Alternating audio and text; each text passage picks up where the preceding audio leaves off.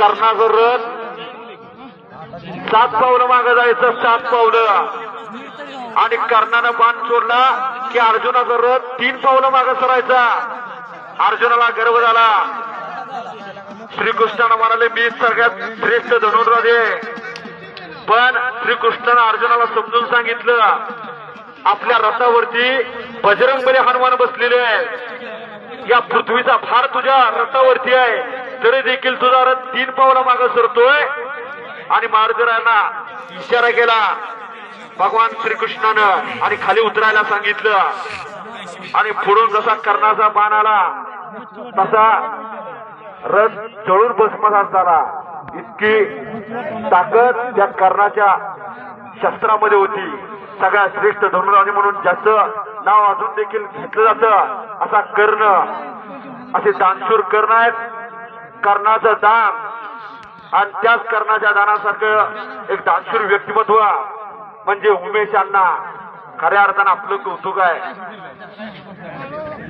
मैदान आता अंतिम टप्प्यावरती येऊन ठेपलेलं आहे. अनेक पैलवानांनी या कुस्तीचा ज्वलंत इतिहास जपलेला आहे. हिंद केसरी मारुतीवाणी असतील, हिंद केसरी श्रीपती खंचनाळे असतील, बसलेन करजबे असतील, विष्णुपंत सावर्डेकर असतील, व्यंकप्पा बुरुड असतील, ऑलिम्पिक श्रीरंगप्पा जाधव असतील, असे अनेक पैलवानांनी कुस्तीचा इतिहास जपलेला. देवाधिकाने जागवलेली जगवलेली कुस्ती. अश्व नैव गज नैव व्याघ्र नैव अजा पुत्र नैवस्य नैवस्य. घोड्याचा बळी दिलेला कधी ऐकलंय का? हत्तीचा बळी दिलेला कधी ऐकलंय का? वाघाचा बळी दिलेला कधी ऐकलंय का? देव देखील दुबळ्याचा समर्थन करत नाही. चला परवान कुस्ती करा. रोहन रंडे तिकडे खिमीची पकड धरलेली आहे.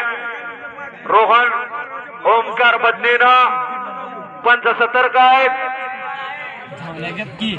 दोन्ही कुस्त्या 1-1 नंबर.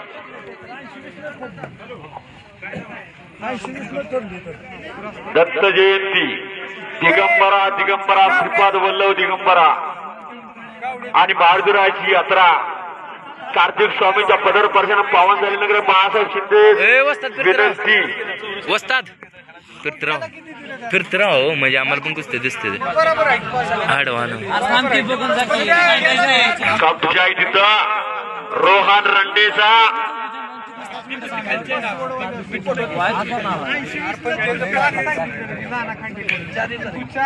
आज गारट्याचे दिवस आहेत. गरीबा गरीब मर्दुंग्याने पुरुषाचा जन्माला येत असतो. असल्या गारट्यात कोणाला 4 वाजता उठू वाटेल का? मारा उठू वाटेल का?